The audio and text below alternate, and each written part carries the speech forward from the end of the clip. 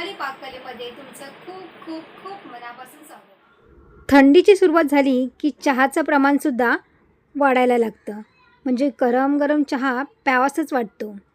पण त्याचबरोबर आपण थंडीमध्ये अशा पद्धतीने जर सूप केलंत ना, तर चहा पिण्याची मात्रा थोडीशी कमी होऊ शकते आणि गरमागरम सूप पिण्याची मजा काही वेगळीच असते। तर आज आपण perfect restaurant style veg manchow soup कसा करायचा ते बघणार आहोत। करायलासुद्धा अगदी सोपे आहे, पटकन हे सूप तयार होतं। चला मग जास्तीचा वेळ न दवडता आपण लगेच रेसिपीला सुरुवात करूया। मंचाव सूप तयार करण्यासाठी आपल्याला लागणार आहे एकदम बारीक कट केलेल्या भाज्या। तर त्यासाठी ते कोबी घेतलेली आहे, शिमला मिरची घेतलेली आहे, फरसबी घेतलेली आहे, कांदा घेतलेला आहे आणि गाजर घेतलेला आहे। तर भाज्या तुम्ही तुमच्या आवडीच्या इथे घेतल्यात तरीही चालतील। भाज्या मात्र एकदम बारीक कट करून घ्यायचे आहेत। त्याचबरोबर इथे मी लसूण घेतलेलं आहे, आलंसुद्धा एकदम बारीक कट करून घेतलेलं आहे। या सूपमध्ये आपल्याला आलं लसूणाची पेस्ट घालायची नाही आहे, आलं लसूण असं बारीक कट करूनच वापरायचं आहे। त्यानंतर इथे आपण पूर्वतयारीसुद्धा करून घेणार आहोत। तर त्यासाठी इथे मी कॉर्नफ्लॉवर घेतलेले 2 चमचे, थोडंसं पाणी घालून याची पेस्ट आपण तयार करून घेणार आहोत। हे सूपमध्ये घातल्यामुळे थोडासा दाटसरपणा येतो, चवीलासुद्धा हे सूप छान लागतं। सूपमध्ये घालण्यासाठी जे सॉस आपण घालणार आहोत ते सुद्धा आपल्याला एका वाटीमध्ये तयार करून घ्यायचे आहेत। तर इथे आपल्याला रेड चिली सॉस घेतलेला आहे, त्यानंतर इथे ग्रीन चिली सॉससुद्धा घेतलेला आहे, सोया सॉस घ्यायचा आहे। तर सगळं साहित्य आपल्याला एक एक चमचा घ्यायचं आहे याच्यामध्ये। आणि त्यानंतर टॉमॅटो सॉससुद्धा इथे पण 1 चमचा घेतलेला आहे।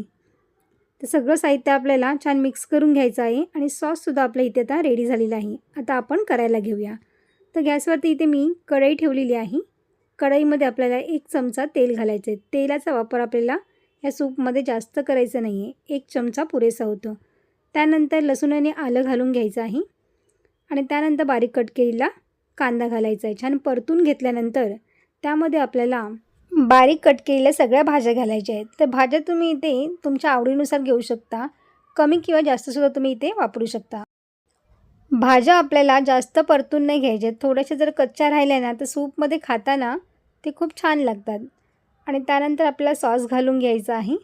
जर सॉस घातल्यानंतरसुद्धा आपल्याला 2 मिनटं परतून घ्यायचं आहे। सूप तयार करताना आपण पूर्वतयारी करून घेतली ना, त्यामुळे ना आपला सूप करायला वेळ लागत नाही। अशीच तुम्ही जर पूर्वतयारी केली ना तर सूप बनवायला अजिबातसुद्धा वेळ लागत नाही। आणि त्यानंतर 1 चमचा यामध्ये व्हिनेगर घातलेला आहे। व्हिनेगर घातल्यामुळे आपण जसं बाहेर रेस्टॉरंटमध्ये जसं सूप पितो ना तसंच सूप आपलं घरीसुद्धा तयार होतं। आणि त्यानंतर इथे आपल्याला पाणी घालायचं आहे। सूप मी इथे 4 जणांसाठी करणार आहे, तर त्यासाठी इथे मी 4 वाटी पाणी घातलेलं आहे। आणि त्यानंतर छान अशी उकळी येऊ द्यायची आपल्याला। कॉर्नफ्लॉवरची पेस्ट आपण तयार करून घेतलेली आहे ना, तीसुद्धा याच्यामध्ये ॲड करायची आहे। ॲड केल्यानंतर आपल्याला छान उकळी येऊ द्यायची आहे। तर हे सूप मी जास्त घट्ट नाही करणार आहे, तुम्हाला जर घट्ट हवं असेल तर तुमच्या अंदाजाने तुम्ही इथे पाणी घालू शकता। तर त्यामध्ये आता मी 1 चमचा काळी मिरी पावडर घातलेली आहे।